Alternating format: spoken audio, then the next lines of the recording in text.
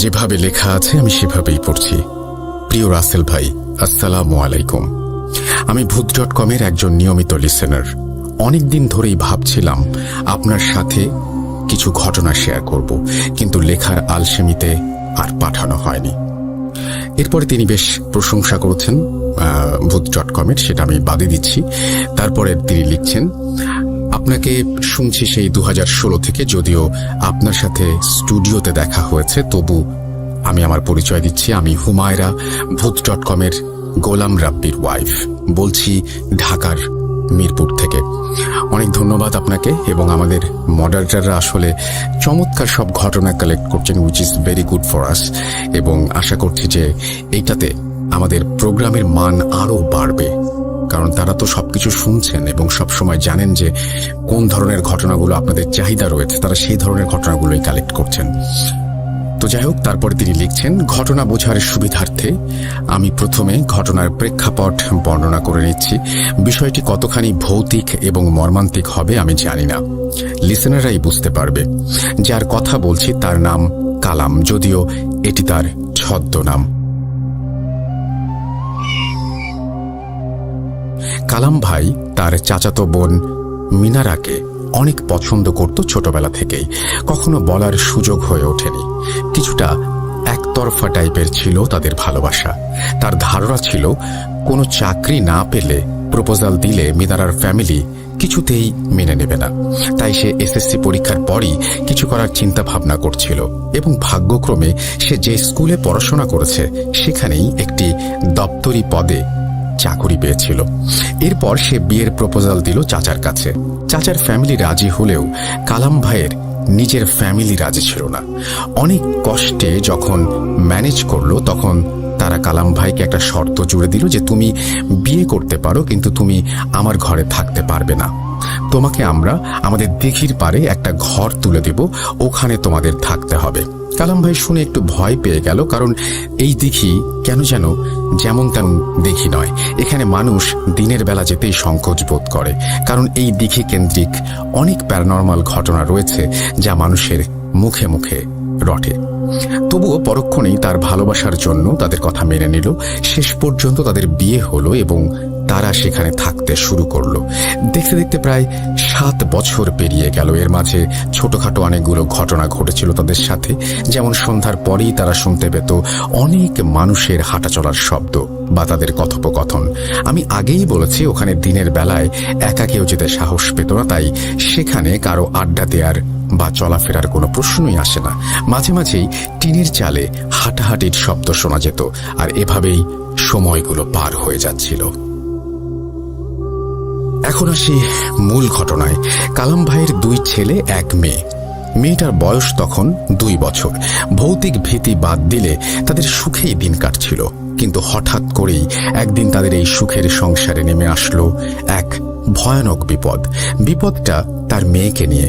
মেয়েটা দুপুর 12টা থেকে নিয়ার অ্যাবাউট 3টা পর্যন্ত কান্না করত ননস্টপ। কেন সে কাঁদত সেটার কোনো কারণ কেউ বুঝতো না বা কিছু বলতোও না। মাঝে একটু বলে রাখি, ওকে সহজে ট্রেস করার জন্য কোমরে ঘণ্টা পরিয়ে দেয়া হয়েছিল, যেন ঘণ্টার টুংটাং শব্দে কোথায় আছে তা বুঝতে পারে। যাই হোক, এভাবে কিছুদিন চলার পর কালাম ভাই তার মেয়েকে নিরুপায় হয়ে প্রথমে ডাক্তারের কাছে নিয়ে যায়। ডাক্তার কিছু উপদেশ এবং ঔষধ দিয়েছিলেন যা মেয়েটার ক্ষেত্রে কোনো কাজে আসেনি। সে প্রতিদিন কেঁদেই যাচ্ছে শুধু ওই সময়টাতে। এরপর একজন মসজিদের ইমামের শরণাপন্ন হন। হুজুর মেয়েটিকে দেখলেন এবং বললেন, আজকে তোমরা যাও, কাল আমি তোমাদের বাসায় এসে বলবো কি হয়েছে এবং নেক্সট তোমাদের কি করতে হবে। পরদিন হুজুর তার কথা মতো কালাম ভাইয়ের বাড়িতে আসলেন। তাদেরকে বললেন, তোমাদের মেয়ের কোমরের ঘণ্টাই তার জন্য কাল হয়ে দাঁড়িয়েছে। এখান থেকে চলাফেরা করে এমন একজন বৃদ্ধা জিন যার নাতনির তোমার মেয়ের ঘণ্টাটি পছন্দ হয়েছে, আর সেই জন্যই সে এই সময় তোমার মেয়েকে একটা ঘোরের মধ্যে রাখে যেন ওই বাচ্চা জিনটির সাথে খেলা করে এবং কান্না করে। ওই সময়টা কান্না করেই পার করে। মূলত সে চোখ বন্ধ করে কান্নার মতো শব্দ করছে, কিন্তু লক্ষ্য করবে ওর চোখে পানি নেই এক ফোঁটাও, এবং এরকম ঘোরের মধ্যে সে থাকে। সে ঘণ্টা এবং তোমার মেয়েকে নিয়ে যেতে চায়।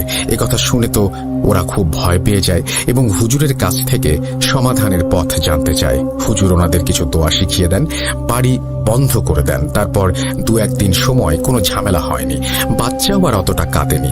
5ম দিন পরিস্থিতি স্বাভাবিক হলে কালাম ভাইয়ের বউ কাপড় ধুতে সেই দিঘির ঘাটে যাচ্ছিলেন। হঠাৎ দূর থেকেই দেখতে পেলেন ঘাটে একটা বৃদ্ধা মহিলা এবং তার কোলে তার নিজের মেয়ে। সে এই দৃশ্য দেখে কিছু সময়ের জন্য ফ্রিজ হয়ে যান এবং ওইখানেই দাঁড়িয়ে থাকেন। যখন তার চেতন আসে তখন উনি দেখতে পান ওই বৃদ্ধা মহিলা তার মেয়েকে নিয়ে দিঘির পানিতে নেমে যাচ্ছে এবং ওনার দিকে তাকিয়ে একটা রহস্যময় হাসি দিচ্ছে। উনি দৌড়ে যান ওই মেয়ের নাম ধরে ডাকতে ডাকতে, কিন্তু ততক্ষণে সব শেষ। ওনার হঠাৎ মনে পড়ে মেয়েকে তো বিছানায় ঘুম পাড়িয়ে গিয়েছিলাম। তাই তিনি দৌড়ে ঘরে গেলেন, দেখতে পান মেয়েটি ঘরে ঘুমিয়ে আছে। মেয়েকে দেখে উনি কান্নায় ভেঙে পড়েন আর ভাবতে থাকেন এটা কি উনি দেখলেন। তারপর রাতে যখন ওনার স্বামী বাড়ি ফেরেন তখন সব ঘটনা খুলে বলেন আর বলেন হুজুরের কাছে সব ঘটনা জানানো উচিত। কালাম ভাই বলেন কাল সকালে আমরা হুজুরের কাছে আবার যাব, কিন্তু পরের দিন কিছু কাজ থাকায় হুজুরের কাছে যাওয়ার কথা বেমালুম ভুলে যান তারা। ওই দিনে আর কোনো সমস্যা হয়নি, তবে ঘটনা ঘটে তার পরের দিন। সেই দুপুর 12টার দিকে কালাম ভাইয়ের বউ রান্না করছিলেন মেয়েকে পাশে নিয়ে। হঠাৎ উনি খেয়াল করেন ওনার মেয়ে ওনার পাশে নেই। উঠে চারিদিকে খোঁজাখুঁজি শুরু করেন উনি নিজে এবং ওনার ছোট ছেলেকে নিয়ে, আর বড় ছেলেকে পাঠালো স্কুল থেকে কালাম ভাইকে ডাকার জন্য। এরকম খোঁজাখুঁজি চলে প্রায় 1.5 থেকে 2 ঘন্টা। কালাম ভাই এসে দিঘির ঘাটে এবং অন্যান্য সন্দেহজনক স্থানগুলোতে খুঁজতে শুরু করে। এরই মধ্যে সবার যে সন্দেহ ছিল সেটাই সত্যি হলো। দেখলেন দিঘির ঘাটে ওই মেয়েটির লাশ ভেসে উঠেছে, ছোট্ট 2 বছরের মেয়ের লাশ। দৃশ্যটা কতটা ভয়ঙ্কর এবং কষ্টের সেটা বলে বোঝাতে পারবো না। কথাগুলো লিখতে লিখতে কিছুটা ইমোশনাল হয়ে যাচ্ছে এই মুহূর্তে। ভাবুন তো, যাদের ছোট বাচ্চা আছে তাদের নিজেদের আদরের বাবুটার কথা, কতটা কষ্টের এই দৃশ্য। যাই হোক, এরপর লাশ দিঘি থেকে তুলে আনা হলো এবং পরবর্তীতে দাফন করা হলো। ঘটনা এখানেই শেষ হলে পারত, কিন্তু না, শুরু হয় নতুন এক অধ্যায়। কালাম ভাইয়ের বউ ধীরে ধীরে তার নাওয়া খাওয়া ছেড়ে দেন। দিন নেই রাত নেই, শুধু কাঁদতেই থাকেন আর বলতে থাকেন ওই দিন যদি হুজুরের কাছে যেতাম তাহলে তো এই ঘটনা ঘটতো না। আল্লাহ তো আমাকে দেখিয়েছিলেন, আমাকে সতর্ক করেছিলেন, কিন্তু কেন আমি আরো সাবধান হলাম না? সাধারণত যেটা হয়, ফ্যামিলির কেউ মারা গেলে কান্নাকাটি করে হয়তো কয়েকদিন, কিন্তু উনি কন্টিনিউয়াসলি কেঁদেই যাচ্ছিলেন অনেক দিন পর্যন্ত। তারপরে সবাই ভাবছিলেন যে কিছুদিন পর হয়তো স্বাভাবিক হয়ে যাবে, কিন্তু স্বাভাবিক হওয়া তো দূরের কথা, কথা বলাই বন্ধ করে দিয়েছিল। ছেলে দুইটা খাওয়া দাওয়ার দিকে খেয়াল দিত না, রান্না করতো না, নিজের খেয়াল রাখতো না। কেউ এসে কান্না করতে নিষেধ করলে প্রথম দিকে কিছু না বললেও পরবর্তীতে সে সময় বকাবকি শুরু করত। মাঝে মাঝে তার নিজের ছেলেদের খুব ভয়ানকভাবে মারত। এদিকে কালাম ভাই পড়েন মহা সমস্যায়। উনি তো স্কুলের দপ্তরি ছিলেন, তাই স্কুলে যাওয়ার আগে সবার জন্য রান্না করে সংসার ম্যানেজ করে যেতেন। অনেক কষ্ট হতো, কিন্তু তারপরও ওনার সংসারটা টিকে থাকে। কিন্তু না, ওনার সংসার আর টিকল না। স্ত্রী বদ্ধ উন্মাদ হয়ে গেলেন। সে এখন দিঘির ঘাটে গিয়ে খুবই উইয়ার্ড ভাবে কাঁদত, যা শুনে অনেক দূর থেকেও মানুষ ভয় পেত এবং বিভিন্ন রকমের ঘটনা ঘটাতো। যেমন কারো রান্নাঘরের খাবার ফেলে দিয়ে আসতো বা কিছু ভেঙে ফেলতো, এটা ওটা নষ্ট করে ফেলতো। এরপর তাকে শিকল দিয়ে বেঁধে রাখতে বাধ্য হলো তারা। সে রাতে ঘরের মধ্যে শিকল বাঁধা অবস্থায় ভয়ানক সব সাউন্ড করত, যা শুনে ছেলেরা ভয় পেত। পরবর্তী তাকে ঘরের বারান্দায় রাখা হলো। শুরু হলো আরেক বিপত্তি। সে চিৎকার করে তার মেয়ের নাম ধরে ডাকত, শিকল দিয়ে ঘরের টিনে আঘাত করত আর বলতো আমাকে ছেড়ে দে, আমি ওর কাছে যাব। নিরুপায় হয়ে হুজুরকে আবার আনা হলো, যদিও হুজুর আগেই বলেছিলেন তার কিছু করার নেই। এরপর আরো অভিজ্ঞ একাধিক জনকে দেখানো হয়, কিন্তু কোনো ভালো ফলাফল পাওয়া যায়নি। সবাই অবশেষে আশা ছেড়ে দেওয়ার পরামর্শ দেয়। বাধ্য হয়ে কালাম ভাইয়ের শত কষ্ট থাকার পরও শিকল খুলে দিতে বাধ্য হন। প্রথম দিকে ওনাদের বাড়ির আশেপাশে সে ঘুরে বেড়াতো, দিঘির পাড়ে বসে কাঁদত। রাতের বেলা কখনো নিজের ঘরের বারান্দায়, আবার কখনো দিঘি থেকে একটু দূরে একটা মসজিদ ছিল তার বারান্দায় পড়ে থাকতো। এরপর আস্তে আস্তে সে এলাকা ছেড়ে দূরে চলে যায়। কেউ কখনো বলতো খুলনা দেখেছি, কেউ কখনো বলতো মাওয়া ফেরিঘাটে দেখেছি। এরপর দেখতে দেখতে 2 বছর পার হয়ে যায়। ছেলে দুজনকে তার নানা বাড়িতে পাঠিয়ে দেন। কালাম ভাই বুঝতে পারেন সে আর কখনো ফিরে আসবে না। ছেলেরা আর কতদিন নানা বাড়ি থাকবে, তাই বাধ্য হয়ে উনি এরপর আরেকটি বিয়ে করেন। যদিও বিয়ে করার মোটেই ইচ্ছে ছিল না, সবার পীড়াপিড়িতে বাধ্য হন। এভাবে আরো কয়েক বছর পার হয়। তখন শীতকাল। একদিন কালাম ভাইয়ের বাড়ি থেকে কিছু দূরে একজন পাগল মহিলাকে অনেকে দেখতে পায়। এরপর কয়েকজন চিনে ফেলে, আরে এ তো সেই কালামের বউ। তখন 4 বছর পার হয়ে গেছে। একজন কালাম ভাইকে ফোন করে এবং ঘটনা খুলে বলে। এরপর তিনি গিয়ে যে দৃশ্য দেখলেন সেটা আসলে একজন স্বামীর কাছে বা কোনো মানুষের কাছেই কষ্টের। তিনি দেখলেন তার স্ত্রী মিনারা অর্ধনগ্ন অবস্থায় এবং প্রেগন্যান্ট। এই ঘটনার মাঝে একটা কথা না বলেই পারছি না, আসলে মানুষ কতটা পশু হলে একজন পাগলকেও ছাড় দেয় না। বাচ্চার বাবাকে কেউ জানে না। কালাম ভাই আর নিজেকে কন্ট্রোল করতে পারলেন না, কেঁদে ফেলেন আর গায়ের চাদর দিয়ে তাকে জড়িয়ে দেন। মিনারা তখন কালাম ভাইয়ের দিকে তাকিয়ে শুধু একটা কথাই বলেন, আমাকে বাড়ি নিয়ে চলো। এরপর তাকে বাড়িতে নিয়ে আসা হয়। তার দ্বিতীয় স্ত্রী ওনাকে গোসল করিয়ে ঘরে নিয়ে যাওয়ার চেষ্টা করেন, কিন্তু ঘরের ভেতরে কোনোভাবেই সে যেতে রাজি হচ্ছিল না। এরপর তাকে বারান্দায় একটা বিছানা বিছিয়ে দেওয়া হয়, সেখানে তাকে বেঁধে রাখা হতো। পরে তাকে ডাক্তারের কাছে নিয়ে যাওয়া হয়। ডাক্তার বলেন ডেলিভারির আর মাত্র 2-1 দিন বাকি আছে। একদিন পরেই সে একটা কন্যা সন্তান জন্ম দেয়। তাকে বাড়ি নিয়ে আসা হয়। এর মধ্যে চারিদিকে সংবাদ ছড়িয়ে পড়ে, অনেক মানুষ তাকে দেখতে আসে। কালাম ভাই চিন্তায় পড়ে যান, এই বাচ্চার দায়িত্ব কে নেবে? কারণ মিনারা তো এখনো পাগল এবং সে ঘরে থাকবে না, তখন কে এই বাচ্চার দেখাশোনা করবে?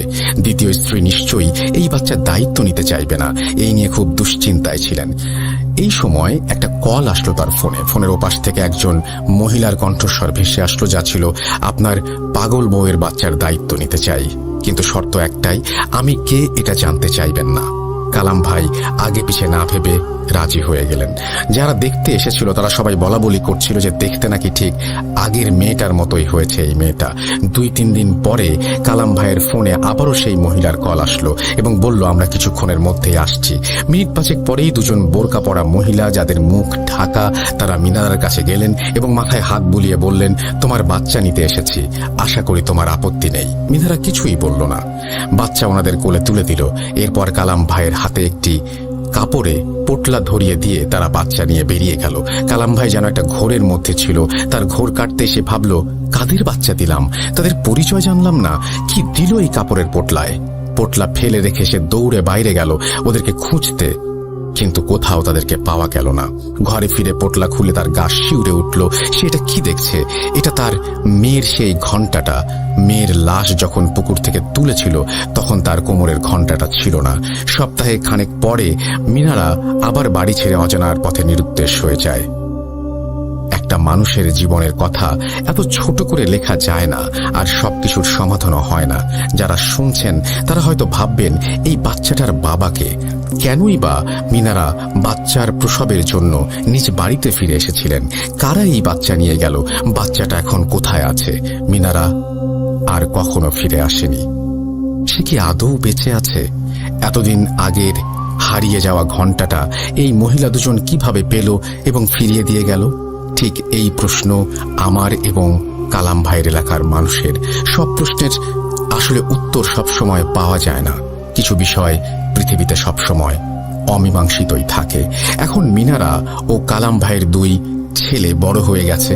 বড় ছেলে 2019 সালে BCS ক্যাডার হন এবং কোনো একটি সরকারি প্রযুক্তি বিশ্ববিদ্যালয়ের প্রফেসর হিসেবে আছেন। জানি না ঘটনাটা লিসেনার এবং আপনাদের কেমন লেগেছে। যদি একটি হরর মুভির মতো হতো তাহলে একটু পরপরই ভৌতিক সিকোয়েন্স থাকতো, কিন্তু একটি মানুষের জীবনের কাহিনী, তাই হয়তো অতটা ভৌতিক নাও লাগতে পারে। একটা মানুষের জীবন শুধু কিছু ভৌতিক বিষয়ের কারণে কতটা বদলাতে পারে তার উৎকৃষ্ট উদাহরণ হচ্ছে কালাম ভাই। এটা আমার পাঠানো প্রথম ঘটনা। আশা করি আপনার এবং লিসেনারদের ভালো লাগবে। আমার কাছে আরও ঘটনা আছে, আপনি চাইলে অবশ্যই পাঠাবো।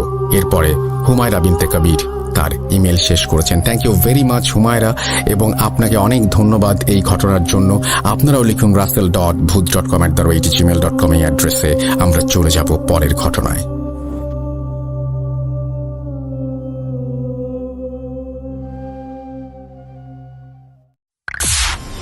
Entertainment is a must. শুনুন স্বাধীন podcast. Spirit, be here with me.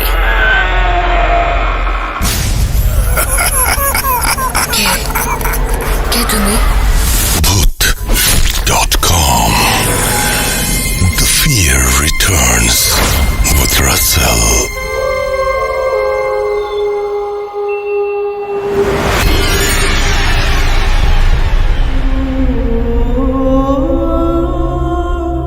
আসসালামাইকুম। রাসেল ভাই কেমন আছেন? আশা করি ভালোই আছেন, কারণ আপনি সবসময় ভালোর দলেই থাকেন। আমি শাফিউল হাসান, আমি বলছি নাটোর থেকে। আমি আজকে যার ঘটনা শোনাবো, এই ঘটনাটি মূলত নাটোর জেলার হালসা গ্রামের ঘটনা এবং আব্দুল কাদের মৌলানা সাহেবের জীবনে ঘটে যাওয়া এক অদ্ভুত ঘটনা। ঘটনাটি যদিও খুবই অদ্ভুত, তবে ঘটনাটি আমাদের অঞ্চলের অনেক মানুষই জানে, যারা বৃদ্ধ এবং যারা অনেক বয়স্ক তারা সবাই এই ঘটনাটি জানে। এমনকি আমার বড় নানিও এই ঘটনাটি, তিনি ওই সময়ে এই ঘটনার সময় তিনি উপস্থিত ছিলেন। আমি এই ঘটনাটি ওনার ছেলের মুখ থেকে শুনেছি এবং আমার মায়ের মুখ থেকেও এই ঘটনাটি আমি শুনেছি। তো ঘটনাটির দুইটা অংশ, আমি প্রথম অংশটা আগে বলবো। উনি যখন বাংলাদেশের একটি প্রসিদ্ধ মাদ্রাসা থেকে কামেল শেষ করেন, শেষ করে আসার পরে উনি হালসার একটি স্থানীয় একটি বাগরুম মাদ্রাসায় উনি শিক্ষকতা করেন। বাগরুম ওইটা তখন কওমি মাদ্রাসা ছিল, আবাসিক কওমি মাদ্রাসা ছিল। ওই মাদ্রাসায় উনি শিক্ষকতা করেন। ওই দিনকার একটি ঘটনা, সেই মাদ্রাসায় উনি শিক্ষকতা করাকালীন সময়ের দিনের একটি ঘটনা। উনি এশার নামাজ পড়ে ওনার রুমে আসেন। সচরাচর আবাসিক কওমি মাদ্রাসাগুলোতে এশার নামাজ অনেক দেরিতে শুরু হয়, এজন্য ছাত্ররা সব আগেই খানাদানা শেষ করে ফেলে। রাতের খানাদানা এশার নামাজের আগেই শেষ করে ফেলে। তো তিনি চাদর গায়ে দিয়ে হাতে মেসওয়াক নিয়ে বের হচ্ছেন। এই সময়ে একটা ছাত্র ওনাকে জিজ্ঞেস করেন যে হুজুর কোথায় যান? তো মৌলানা সাহেব সেই ছাত্রকে বলেন যে চলো একটু বাহির থেকে হেঁটে আসি। তখন হালকা ঠান্ডা ঠান্ডা আবহাওয়া, শীতের শুরু বলা চলে। তো ওই ছাত্রটা একটি চাদর গায়ে দিয়ে হাতে মেসওয়াক নিয়ে কাদের মৌলানা সাহেবের পিছন পিছন রওনা দেয়। বাগরুম মাদ্রাসার পশ্চিম পাশে, মাদ্রাসার প্রাঙ্গণ থেকে বের হয়ে পশ্চিম পাশে একটি পুকুর আছে, অনেক বড় পুকুর।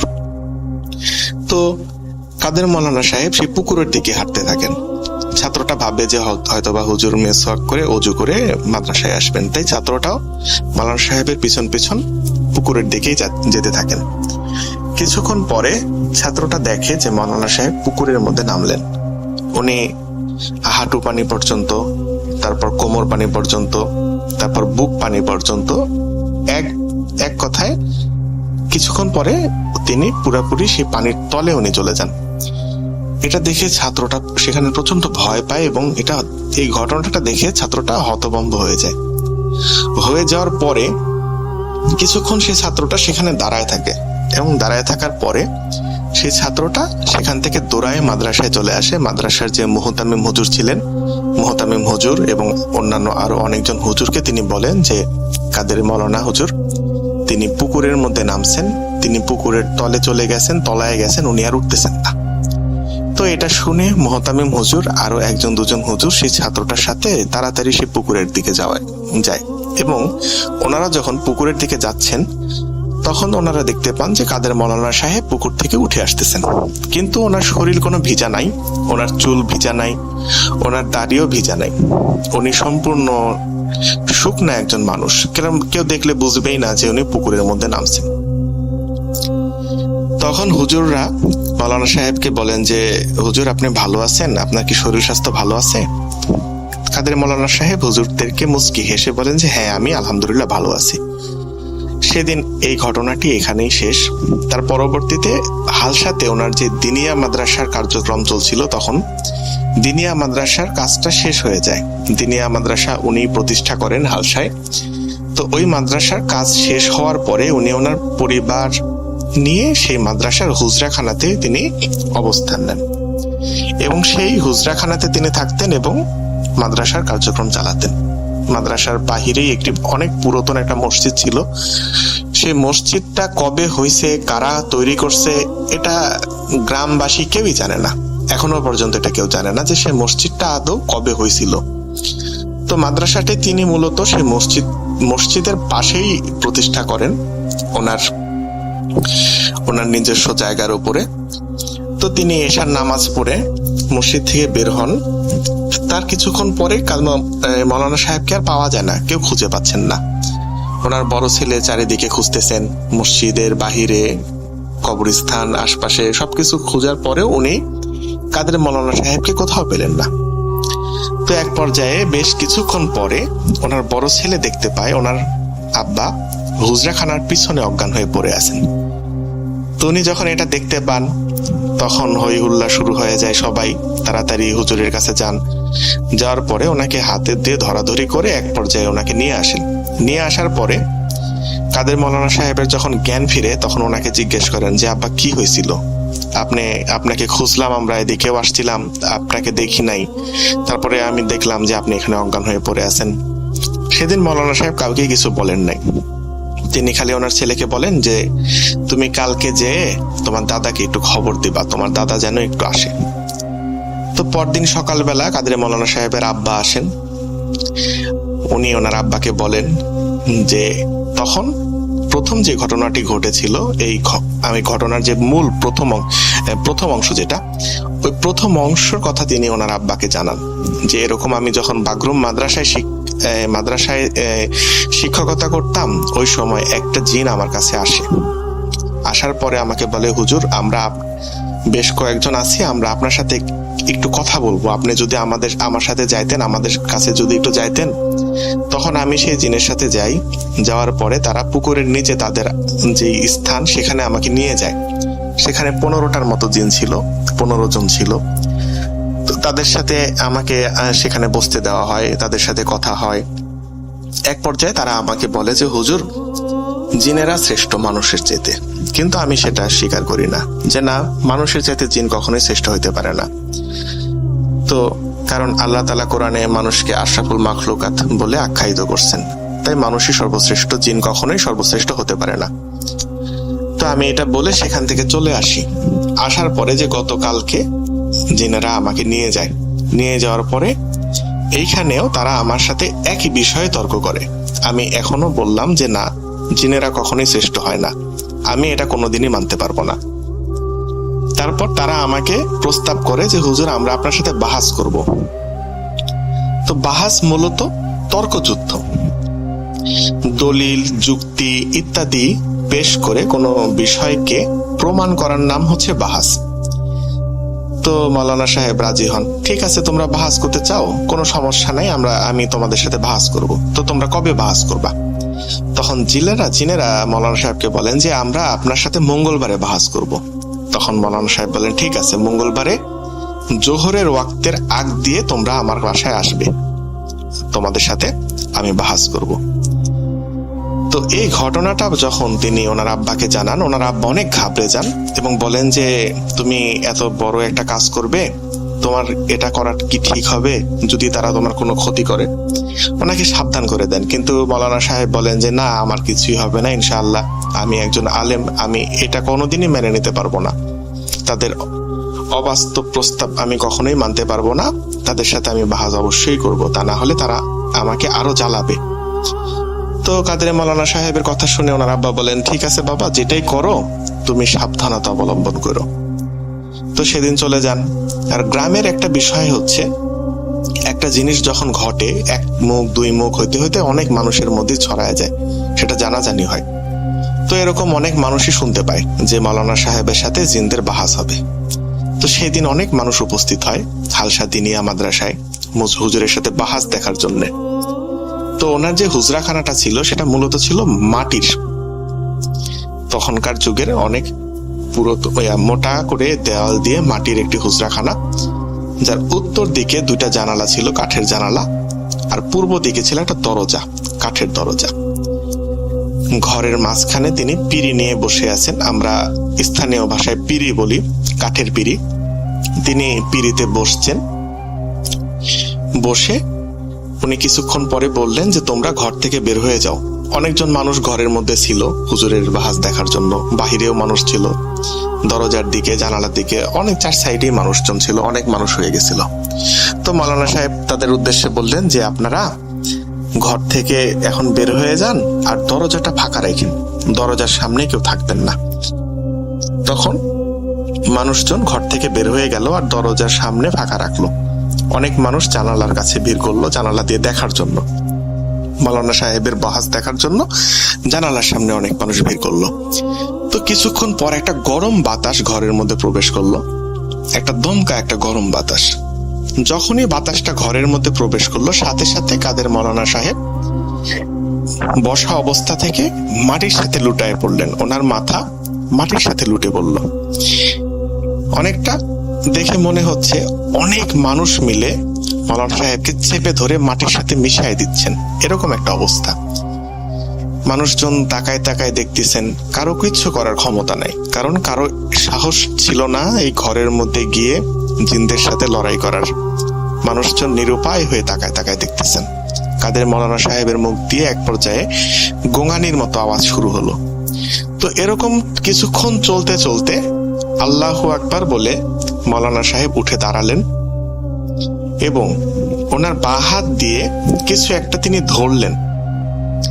ধরার পরে অনেক সময় আমরা দেখি না যে হুজুররা যখন গরু জবাই করে হালকা নিচু হয়ে বসে ডান হাত দিয়ে ছুরি ধরে গরুর গলায় ছুরি চালায়, ঠিক এইরকম একটা দৃশ্য কাদের মাওলানা সাহেব বাম হাত দিয়ে কিছু একটা ধরে মাটিতে শোয়াইলেন। শোয়ানোর পরে তিনি নিচু হয়ে বসে ওনার ডান হাত দিয়ে গায়েবী কোনো ছুরি দিয়ে তিনি জবাই করতেছেন, এরকম একটা দৃশ্য।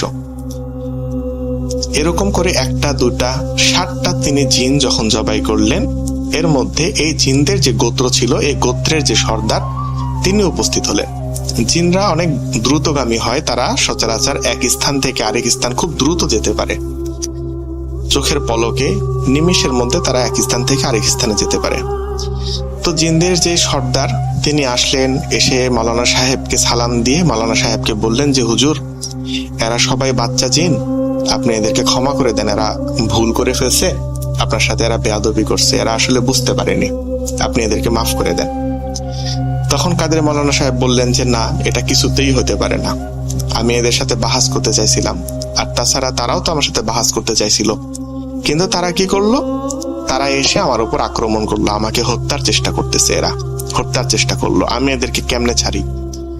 তখন সেই জিনের সর্দার বলল, হুজুর আপনি তো 7টাকে মারছেন, আপনি তো এদেরকে শাস্তি দিছেন, আর বাদ বাকি যারা আছে আপনি তাদেরকে দয়া করে মাফ করে দেন, এরা আর কোনোদিন আপনাকে বিরক্ত করবে না, আপনার সামনেও আসবে না।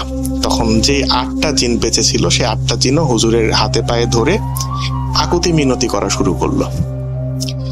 তো এক পর্যায়ে কাদের মাওলানা সাহেবের মন একটু নরম হয় এবং তিনি বলেন যে আচ্ছা ঠিক আছে, আমি এদেরকে মাফ করব, তবে একটা শর্ত। সেই শর্তটা হচ্ছে, আমি যখনই এদেরকে ডাকবো তখনই এদের আমার কাছে আসতে হবে। এই শর্তে তারা রাজি হয় এবং তারপরে কাদের মাওলানা সাহেব সেই জিনগুলাকে ক্ষমা করে দেন, মাফ করে দেন। এবং আমি ওনার ছেলের মুখে এটা শুনছি যে 7টা জিন উনি হত্যা করছেন, সেই 7টা জিন তিনি জিনদের সাহায্যে সেই হুজরাখানাতে কবর দিয়ে রাখছেন। এই কথাটা আমি ওনার ছেলের কাছ থেকে শুনছি। এই ছিল আমার ঘটনা। ঘটনাটি ভালো লাগলে অবশ্যই শেয়ার করবেন, শেয়ার করলে আমি খুবই খুশি হব। ভূত.com-এ এটাই আমার প্রথম ঘটনা। আমি 2013 সাল থেকে ভূত এফএম-এর একজন ভক্ত ছিলাম। ভূত এফএমটা বন্ধ হয়ে যাওয়ার পরে আমি আসলে ভূত.com-এর কথা জানতাম না, আমি কিছুদিন আগে জানতে পারছি এবং আমি এখন প্রিমিয়ার সাবস্ক্রাইবার। সবসময় ভালো থাকবেন। আসসালামু আলাইকুম।